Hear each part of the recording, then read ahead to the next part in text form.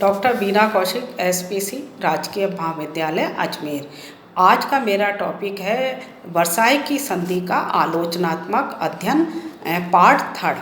अभी तक दो पार्टों में हमने देखा कि वर्साई की संधि जो थी वो जर्मनी के साथ जो मित्र राष्ट्रों ने की थी उसके अंतर्गत अनेक दोष थे।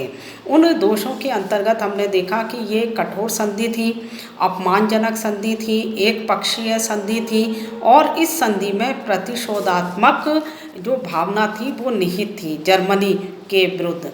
अगला हम देखें तो इसकी ये अन्यायपूर्ण संधि थी।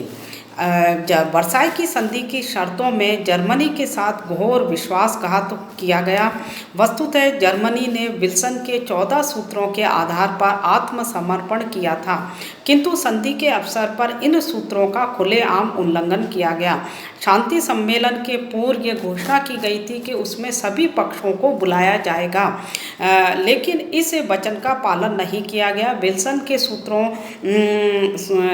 के सूत्रों में कहा गया था कि विजेता और पराजित दोनों अपना निशस्त्रीकरण कर देंगे, किंतु मित्र राष्ट्रों ने जर्मनी का तो निशस्त्रीकरण कर दिया परंतु अपना नहीं किया। जर्मनी के साथ आत्मनिर्णय और राष्ट्रीयता के सिद्धांत का पालन नहीं किया गया। इस प्रकार जर्मनी को यह स्पष्ट हो गया था कि उसके साथ घोर अन्याय हुआ है। इसी प्रकार विल्सन के तीसरे सूत्र के अनुसार अंतर्राष्ट्रीय व्यापार की समस्त रुकावटें दूर करने का प्रयत्न करना था, किंतु जर्मनी का अंतर्राष्ट्रीय व्यापार कई वर्षों तक मित्र राष्ट्रों के नियंत्रण में बना रहा। प्रोफेसर टेलर के अनुसार प्रारंभ से ही वर्साई की संधि में नैतिक मान्यताओं का अभाव रहा है। अगला जो उसका दोष था वो था आत्मनिर्णय के सिद्धांत की अवहेलना।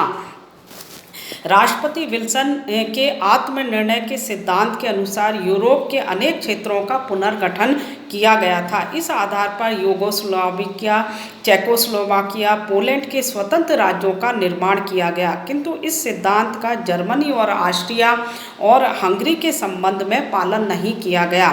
जर्मनी के हजारों जर्मन नागरिकों को अन्य राज्यों के अधीन कर दिया गया। ऑस्ट्रिया से 40 लाख जर्मनियों को अलग करके चेकोस्लोवाकिया में शामिल कर दिया गया। इसी प्रकार से उसके जर्मनी के 10 लाख से अधिक जर्मन को पोलैंड के अधीन कर दिया गया। इन सबसे जर्मन लोगों में तीव्र असंतोष था।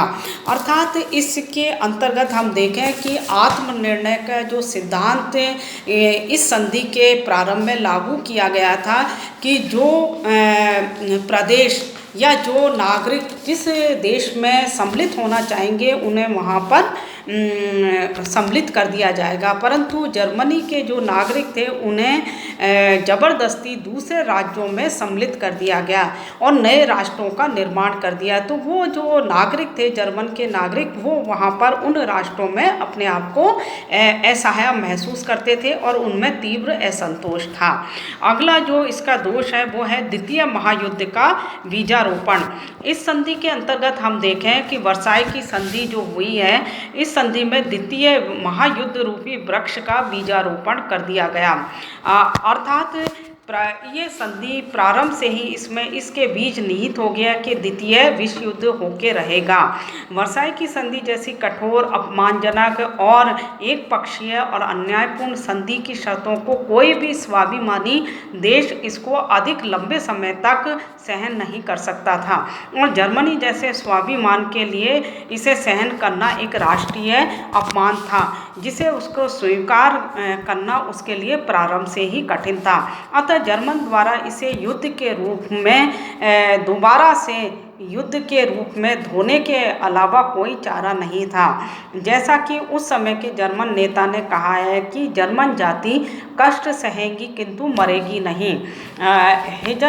हेजन के अनुसार जर्मन जैसे स्वाभिमानी राष्ट्र इस प्रकार की अपमानजनक शर्तों को स्वीकार नहीं कर सकता। अतः यह स्वाभाविक था कि भविष्य में फिर से युद्ध द्वारा अपने अपमान का बदला जर्मन जरूर लेगा। तो वर्साई की संधि के अंतर्गत ही द्वितीय महायुद्ध के बीच या द्वितीय महायुद्ध की नींव पड़ गई थी। वास्तव में दो महायुद्धों के मध्य का विश्व का इतिहास इस संधि की व्यवस्थाओं को खंडित करने के प्रयासों का इतिहास है। धीरे धीरे जर्मन में उग्र राष्ट्रवाद पनपने लगा और वहां नाजीवाद का उत्कर्ष हुआ। 1933 में हम देखें, हिटलर ने वर्साई की संधि की धज्जियां उड़ाना प्रारंभ कर दिया और अंत में 1939 में उसने पोलैंड पर आक्रमण करके द्वितीय विश्व युद्ध का बिगुल बजा दिया।